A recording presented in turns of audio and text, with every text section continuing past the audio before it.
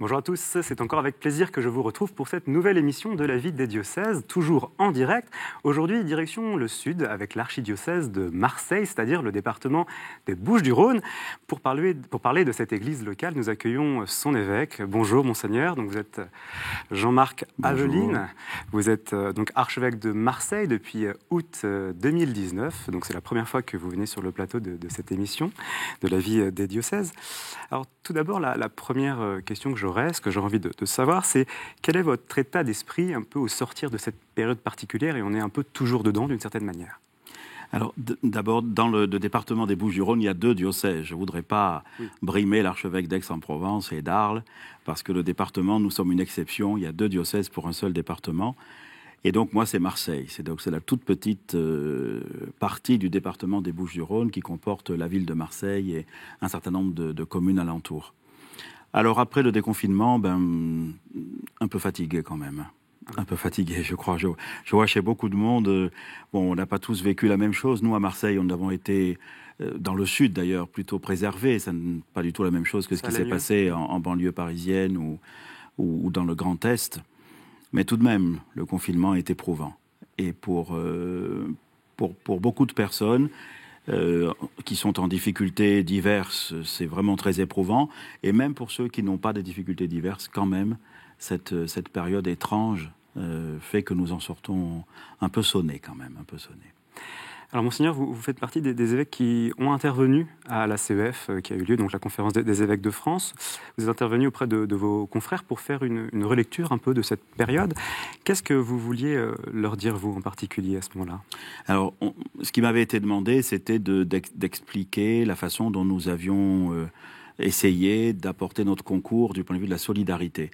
Marseille, je le disais tout à l'heure, a été moins touchée du point de vue sanitaire, mais probablement le sera davantage du point de vue économique, et l'est déjà, parce que c'était déjà une ville pauvre, parce que 2 des 3 arrondissements, il y a 16 arrondissements à Marseille, 2 des 16 arrondissements, le 2e et le 3e, sont parmi les quartiers les plus pauvres d'Europe. Et donc, très vite, pendant même le confinement, on a bien vu qu'il y avait un défi économique très grand, que des gens avaient faim à Marseille. C'est pour ça qu'on s'est beaucoup activé pour la distribution de nourriture. Et donc moi, dès la première semaine, dès les premiers jours, j'ai nommé un délégué spécial à la solidarité pour temps de crise, pour pouvoir justement intervenir très rapidement, à la fois pour coordonner l'action de différentes associations catholiques, qui souvent d'ailleurs travaillent bien, mais ne travaillent pas en concertation. Et puis aussi pour repérer les nouveaux besoins, parce qu'il y a par exemple au début, il y a les besoins des personnes qui sont sans domicile fixe. Puis après, on s'est aperçu que venaient chercher un panier repas des gens qui ne sont pas dans la rue, mais qui étaient juste au-dessus du seuil de pauvreté, puis qui commençaient à basculer. À tomber dedans et qu'on ne s'attendait pas forcément à voir. Voilà, et donc il fallait repérer les nouveaux besoins, et repérer aussi, par exemple, ça nous a pris du temps, mais c'était très important, de repérer les personnes qui étaient dans ce cas-là, mais qui n'osaient pas sortir de chez elles parce qu'elles n'étaient pas en règle du point de vue des papiers, mais qui étaient connues par des réseaux de bénévoles. Et donc on a fait un appel aux prêtres, on a eu une liste d'environ 700 personnes ou familles qui ne sortaient pas trop et qui avaient besoin cependant d'avoir de l'aide. Voilà, donc c'est tout ça. Et comme je l'avais déjà un peu expliqué, on m'a demandé d'en parler à l'Assemblée plénière. Alors justement, monseigneur, sur ces questions de charité, nous avons une fidèle de votre diocèse qui est en ligne. Elle s'appelle Jeanne, elle est responsable de la Maison des Familles à Marseille, donc ça se trouve dans les quartiers nord de Marseille. Bonjour Jeanne, est-ce que vous m'entendez ? Oui, bonjour à tous. Merci pour votre présence en direct, pour votre témoignage. Alors, il faut peut-être préciser tout d'abord à nos téléspectateurs que vous avez fait un choix particulier pendant ce confinement. Vous avez décidé de rester vivre dans cette maison des familles. Comment est-ce que vous avez traversé cette période ? Effectivement, la Maison des Familles, d'abord pour vous présenter notre association, nous sommes en lieu de soutien de la parentalité, implantée dans le quartier de Saint-Louis, c'est-à-dire dans les quartiers nord de Marseille, au nord des quartiers nord, dans le 15e arrondissement. Et cette Maison des Familles a été fondée par Apprentis d'Auteuil et le Rocher Oasis des Cités il y a 5 ans. Et donc depuis 5 ans, nous accueillons en journée des parents qui viennent avec ou sans leurs enfants dans cette maison qui ressemble à une maison avec un salon, une cuisine, un jardin, une salle de jeu, des sanitaires. Et donc effectivement, au moment de l'annonce du confinement, j'ai fait le choix de rester sur place. Continuez, Jeanne, on vous écoute. Oui, et effectivement, j'ai resté confinée sur place avec une autre personne de mon équipe. Donc nous étions 2 à loger sur place, 24 heures sur 24. Et puis d'autres membres de l'équipe venaient pour le moment. Ensuite, on avait l'autorisation de pouvoir se déplacer dans notre quartier. Et l'idée, c'était de pouvoir vraiment être une présence pour les familles que nous connaissions déjà. Et puis rencontrer parfois aussi par téléphone ou de visu des familles nouvelles. Alors ça a été, voilà, ma question un peu d'une certaine façon, c'est en lien. Est-ce que ça a révélé des fragilités un peu cette période dans ces quartiers où vous étiez au quotidien avec les personnes qui vivaient justement? Est-ce que quelque part c'est une période aussi qui a montré des souffrances particulières qu'on ne se rendait pas compte habituellement? Dans les faits, ces souffrances, on les connaît déjà. C'est aussi la raison qui nous a poussés à nous implanter ici, à Saint-Louis. Mais ces souffrances, elles ont été exacerbées en fait. Aujourd'hui, on parle d'une précarité économique, mais on sait aussi qu'il y a une vraie précarité relationnelle. Et ce temps de confinement a accentué cette précarité relationnelle, cet isolement. Et la sensation de devoir faire face à ces grandes incertitudes seuls.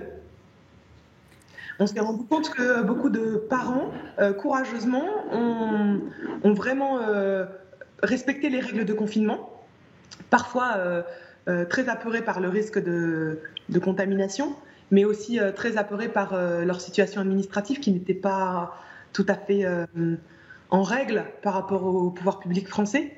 Et donc, oui, ce confinement a révélé des choses dont on avait déjà mesuré la gravité, mais ça a accentué l'isolement des personnes, la peur qui règne aussi dans nos quartiers, et puis des difficultés économiques sur le plan alimentaire, des difficultés aussi pour l'accompagnement scolaire, pour que les enfants puissent continuer d'avancer dans leur programme scolaire, et puis des souffrances psychologiques. Alors, Monseigneur, c'est quoi votre réaction quand vous entendez ce genre de témoignages de personnes sur le terrain, quelque part? Vous la connaissiez, cette association? Oui, bien sûr. Je suis allé déjà quelques fois à la Maison des Familles et j'apprécie beaucoup le travail qui s'y fait. Il y a plusieurs endroits comme ça dans le diocèse où on essaie d'être présent sans autre but que d'être présent et d'aider et de témoigner de sa foi en la vivant tout simplement. Et ce qui témoigne le mieux de la foi, c'est la charité qu'on montre, qu'on vit, qu'on montre. Et la charité, c'est enfin Jeanne le dirait mieux que moi, hein, mais c'est beaucoup de choses qu'on donne et encore plus qu'on reçoit. Et quand je suis venu l'autre jour pour le Vendredi Saint, là, pour cette encourager pour la distribution, moi j'ai pas fait grand-chose, j'ai porté 3 cagettes, mais je voyais ces femmes qui se parlaient entre elles et entre ceux qui sont aidés et ceux qui aident, la relation est réciproque. Et par là passent beaucoup de choses. Jeanne aussi a travaillé avec des femmes musulmanes qui fréquentent la Maison des Familles. Et ensemble, elles ont fait quelque chose qui s'appelle Des femmes écoutent des femmes, hein, et plusieurs interventions sur des radios. Et je pense que je suis très attentif à ce que puissent exister comme ça des foyers de vie, des vrais foyers de vie. C'est pour ça que c'est très bien que Jeanne ait continué à habiter là pendant le confinement, qui rayonnent. Alors pour parler justement des femmes, écoute des femmes, je voulais justement questionner Jeanne là-dessus. Comment ça vous est venu un peu cette idée? C'est quoi le projet derrière? Des femmes écoutent des femmes, c'est un numéro de téléphone, c'est le 09 69 370 480. C'est un numéro de téléphone qui est gratuit et qui propose à celles qui ont besoin de pouvoir être écoutées, entendues, de pouvoir partager ce qu'elles vivent. Parce qu'on s'est rendu compte que pendant le temps du confinement, il y avait pour de nombreuses femmes, pas forcément des femmes en situation de précarité, mais pour presque une grande majorité de femmes, des situations difficiles qu'il fallait relever. Et en fait, que par moment, on n'en peut plus, par moment, on se sent incomprise, on se sent enfermée, et qu'une réponse, c'est de pouvoir partager ce qu'on vit intimement. Cette ligne de téléphone, elle est portée par la Maison des Familles Les Buissonnets et Maravillas, une initiative qui est née à Marseille il y a 2 ans et qui propose, sous la forme de parcours, qui propose à des femmes de réfléchir sur l'articulation entre leur vie professionnelle et leur vie personnelle. Eh bien, écoutez, Jeanne, on vous remercie beaucoup pour ce témoignage. On pourra remettre d'ailleurs ce numéro aussi à côté du replay de l'émission. Et puis, on vous souhaite un bon courage pour la suite de votre engagement. Merci, bonne journée à vous. Merci, au revoir. Alors, Monseigneur, effectivement, est-ce qu'il faut un peu... L'Église doit changer les choses maintenant que ça redémarre. On a un peu une occasion de réflexion quelque part. Est-ce que là, c'est pas aussi l'occasion, cette période, de réorganiser un peu quelque part, de repenser la solidarité différemment ? Oui, je pense que ce qui nous a été rendu possible, en particulier grâce à ce délégué que j'ai pu nommer et qui était déjà très bien connu des services publics, c'est que l'Église est apparue comme une composante pouvant apporter une contribution à l'ensemble du défi. Et donc, faire travailler ensemble le SAMU social et les Sœurs de Mère Teresa, faire travailler ensemble la Fraternité Bernadette avec Sarah Logis, et puis, c'est-à-dire coopérer, parce qu'il ne s'agit pas simplement de faire des repas, il faut ensuite les transporter, il faut ensuite les servir, etc. Et il y a besoin de tout le monde. Et ça, l'une des choses qui peut-être sortira positivement de cette période, c'est qu'on aura pu inscrire l'Église comme un des partenaires capable d'apporter une contribution à la crise économique et sociale. Et en même temps, on a aussi cette image-là qui ressort aussi dans les médias de difficultés financières pour l'Église. D'ailleurs, ça a été ressorti à la conférence des évêques de France, avec des appels aussi. C'est vrai, mais... Est-ce qu'on peut aider en étant soi-même en difficulté ? Je pense qu'on aide encore mieux quand on se sait pauvre. Donc voilà, effectivement, quand j'ai écrit moi aussi pour alerter sur l'état des finances du diocèse, j'ai quand même commencé en disant que le plus important, c'était quand même les gens qui en avaient plus besoin pour la fin du mois, mais que si l'Église a la possibilité de les aider, eh ben c'est encore mieux. Alors, Monseigneur, cette charité, à la base, c'est l'amour. Et alors, Marseille, justement, a une dévotion particulière au Sacré-Cœur de Jésus, donc l'amour incommensurable du Christ. La ville a été consacrée au cœur de Jésus il y a longtemps. C'est une fête qui se perpétue chaque année. Et justement, nous avons rencontré Monseigneur Jean-Pierre Ellul, qui est le recteur de la basilique du Sacré-Cœur. Et il nous explique les origines de cette fête. C'est lors de la Grande Peste en 1720 qu'Anne-Madeleine Rémusat, qui est une religieuse visitandine des Grandes Maries à Marseille, reçoit un des messages du Christ, parce qu'elle a été beaucoup interpellée par Jésus dans de très nombreuses visions. Le Seigneur lui demande de proposer à son évêque, qui est Monseigneur de Belzunce, pour que le fléau s'arrête, de consacrer la ville et le diocèse de Marseille. C'est ce que l'évêque de Marseille fera le 1er novembre 1720. Au cours de cette célébration du Sacré-Cœur, ce ne sont pas seulement les catholiques ou les croyants qui se présentent au Seigneur, mais les hommes et femmes de bonne volonté qui mettent en pratique l'Évangile, qui s'occupent des pauvres, qui posent un regard de miséricorde et de justice sur ceux qui en ont besoin. C'est toute la société qui se présente au Sacré-Cœur de Jésus. Et la ville de Marseille, qui la première au monde fut consacrée au Sacré-Cœur. Alors justement, Monseigneur, cette consécration au Sacré-Cœur, vous l'avez renouvelée pendant le confinement, lors de la messe des Rameaux. Pourquoi ? On devait la renouveler, bien sûr, dans le courant de cette année. Mais le sort a voulu que nous vivions une situation qui avait quelques ressemblances quand même avec celle qui avait amené à la consécration de Marseille au Sacré-Cœur au temps de Belzunce. L'épidémie, même si nous, encore une fois, nous étions moins touchés qu'ailleurs, mais tout de même, l'épidémie, les contraintes. Monseigneur de Belzunce avait lui-même ordonné la fermeture des églises, et ça a duré plus d'1 an. Et donc, on était dans des situations un peu semblables. Et puis, le fond de la consécration, c'est à la fois de s'adresser au cœur de Dieu, de lui demander de l'aide, de vivre en repentir, et de demander à la bonté et à la miséricorde de Dieu de se manifester. Et ça, c'était tout à fait ce que nous pouvions faire. C'est pour ça que j'ai décidé, le 5 avril, le dimanche des Rameaux, de reposer cet acte de consécration de la ville et du diocèse au Sacré-Cœur. Je l'ai fait de l'esplanade de Notre-Dame de la Garde. Dominant la ville, donc. Qu'en est-il quelque part de cette dévotion aujourd'hui du Sacré-Cœur pour vous, mais aussi dans votre épiscopat, d'une certaine manière ? Est-ce que quel sens ? La dévotion au Sacré-Cœur à Marseille, c'est important à cause de cette...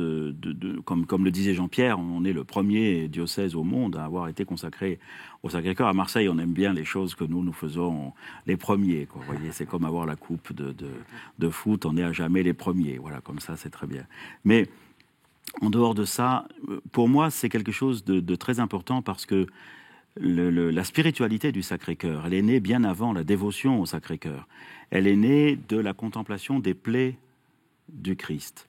c'est-à-dire de ce passage de l'évangile de Saint Jean, qui est le seul d'ailleurs à lui consacrer du temps, des versets, où le soldat perce le côté du Christ, il en sort du sang et de l'eau, où ensuite avec Thomas, ses plaies sont mises en valeur, si je puis dire.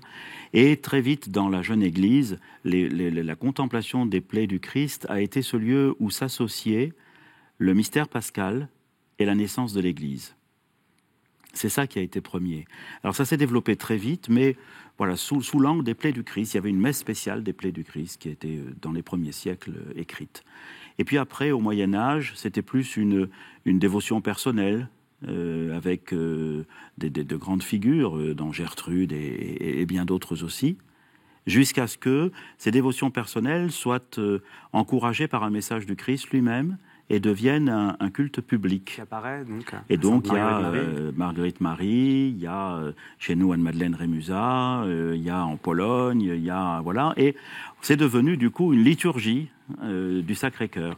On est parti du mystère pascal et de la naissance de l'Église, on est passé par une dévotion personnelle forte, importante, et on est arrivé à maintenant quelque chose où toute l'Église est convoquée à faire mémoire du mystère pascal en appuyant sur l'amour que Dieu a pour le monde, qui est tellement grand qu'il a donné son Fils unique, et celui-ci nous a expliqué, et l'a vécu lui-même, qu'il n'y a pas de plus grand amour que de donner sa vie pour ceux qu'on aime.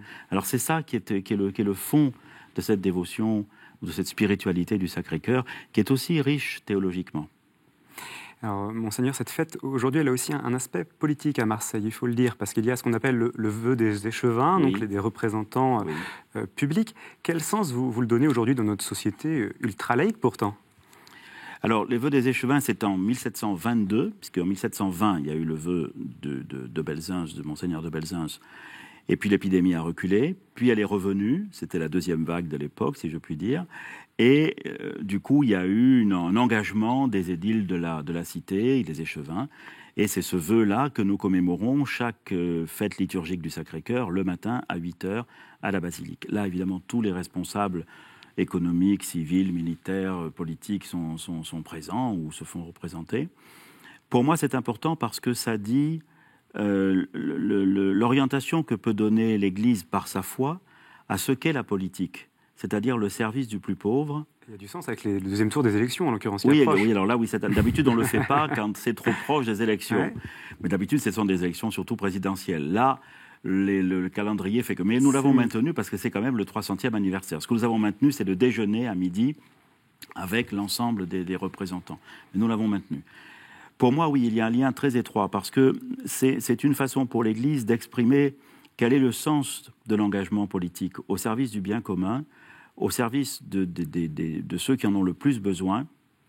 Et voyez, ça a un lien aussi avec ce que Jeanne disait tout à l'heure, c'est-à-dire que les jeunes qui viennent à la maison des familles ou ailleurs, et il y en a beaucoup, ils ont un peu comme un flair évangélique qui leur permet de comprendre qu'ils soient plus ou moins engagés dans la foi, c'est en passant par la porte du service des pauvres qu'ils ont le plus de chances de trouver le chemin du sens de leur vie. Pour vous, c'est l'enjeu un peu. Pour moi, c'est l'enjeu important. Et pour la politique, c'est pareil. Alors, Monseigneur, l'actualité, c'est aussi toujours, d'une certaine manière, la reprise du culte. On pense bien évidemment au symbole de Marseille, qui est aussi le symbole de l'église locale. C'est la basilique Notre-Dame de la Garde qui domine la cité. Alors, nous avons justement rencontré des fidèles qui sont de retour à la basilique et aussi le recteur de la basilique, le père Spinoza, qui ont témoigné devant notre caméra. Notre-Dame de la Garde veille sur Marseille, donc effectivement ce rapport, c'était triste quand on savait que c'était fermé et qu'on ne pouvait plus venir s'y recueillir. Voilà, donc c'est vrai qu'on est heureux de pouvoir revenir et de rencontrer aussi toutes ces personnes qui, comme nous, ont envie de revenir, se recueillir et prier. Pas avec Notre-Dame, mais aussi d'autres saints. Mon rapport à la Bonne Mère n'a jamais changé parce que je suis marseillais d'origine. Et en plus, je viens 2 fois par an ici pour accomplir un vœu que j'avais accompli vis-à-vis de la Bonne Mère. C'est très très important pour moi parce que je voulais mettre un cierge ici dans la crypte à Notre-Dame de la Garde, l'endroit où Jean-Paul II, le Polonais, le plus grand pape du monde, est venu ici pour prier pour nous tous. Et c'est un moment très important parce que pendant le confinement, cette relation avec le Dieu était très compliquée. On était très loin de Dieu. Donc maintenant, il fallait se réunir et retrouver cet endroit saint et le plus beau au monde. Pendant le temps du confinement, le sanctuaire était fermé au public, mais la prière des consacrés et des chapelains pour tous les habitants de Marseille, la prière pour tous est restée bien vivante. Et chaque Marseillais pouvait la rejoindre à travers les réseaux sociaux, notamment la page Facebook du sanctuaire, mais aussi à travers l'offrande de cierges qui était déposée par ces mêmes consacrés en leur nom. Alors monseigneur, vous avez, il faut le dire, un lien particulier avec la Bonne Mère, comme on dit à Marseille. Vous avez d'ailleurs écrit une prière à Notre-Dame de la Garde. Dans ces moments douloureux de l'histoire, nous nous tournons vers toi de tout notre cœur avec confiance et espérance, je vous cite. C'est quoi votre rapport un peu personnel à ce sanctuaire ? D'abord, j'habite juste au-dessous.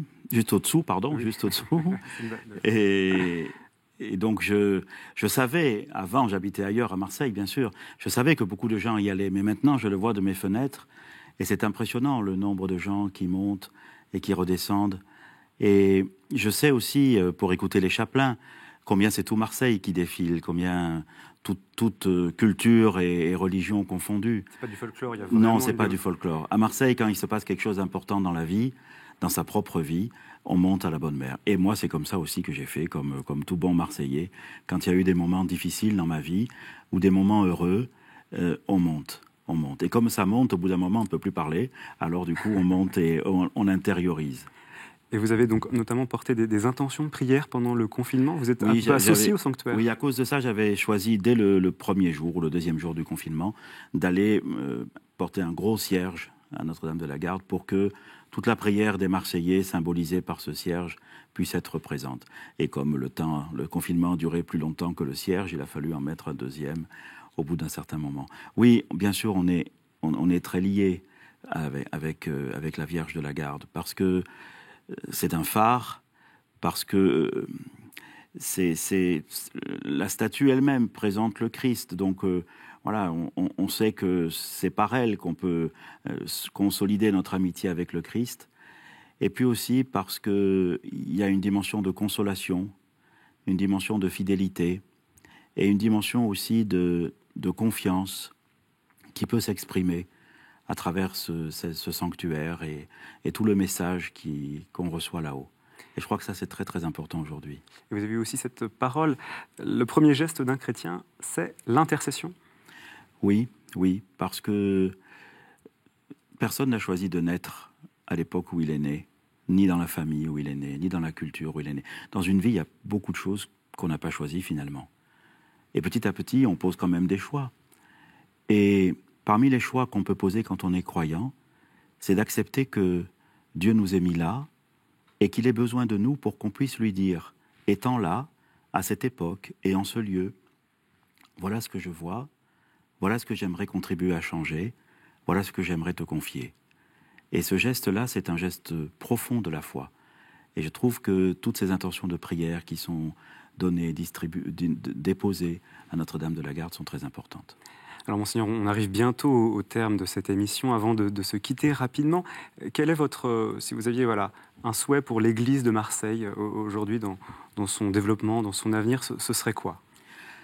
Je ne peux pas trop savoir quel est l'avenir. Moi, je peux dire ce que moi j'aimerais essayer de lui apporter autant que je peux le faire. Je pense que dans les années où nous sommes, et celles qui viennent aussi, nous avons besoin d'avoir un bon équipement, nous les chrétiens. Les crises seront nombreuses, les difficultés sont nombreuses, et les réjouissances aussi d'ailleurs, les raisons de se réjouir aussi. Il faut un bon équipement. Et le meilleur équipement du chrétien, c'est son amitié avec le Christ. Pour la développer, il faut aimer contempler le Christ. Il faut aimer apprendre à connaître ce qu'il a vécu. Il faut aimer apprendre à découvrir ce que les générations avant nous ont compris du Christ et ont à nous laisser en héritage. Il faut aimer aussi comprendre quelle est la façon originale dont les chrétiens parlent de Jésus-Christ, différente des musulmans, différente d'autres. Non pas pour écarter, mais pour mieux s'ancrer, mieux s'enraciner. Alors, si je peux apporter un service au peuple de Marseille, j'aimerais que ce soit celui-là, les aider à développer, à consolider leur amitié avec le Christ. C'est un beau projet, monseigneur. On vous remercie pour cette intervention sur ce plateau. Et merci à tous les téléspectateurs qui nous ont suivis. Le site web qui s'affiche en bas de votre écran est celui de l'archidiocèse de Marseille. Vous pouvez y retrouver toutes les actualités si vous vous posez des questions donc, sur ce territoire. Vous avez également le site web de KTO qui s'affiche. Dessus, vous pourrez retrouver en l'occurrence cette émission en replay. N'hésitez pas à la partager sur les divers réseaux sociaux. Quant à moi, je vous souhaite une bonne semaine et je vous dis à lundi prochain.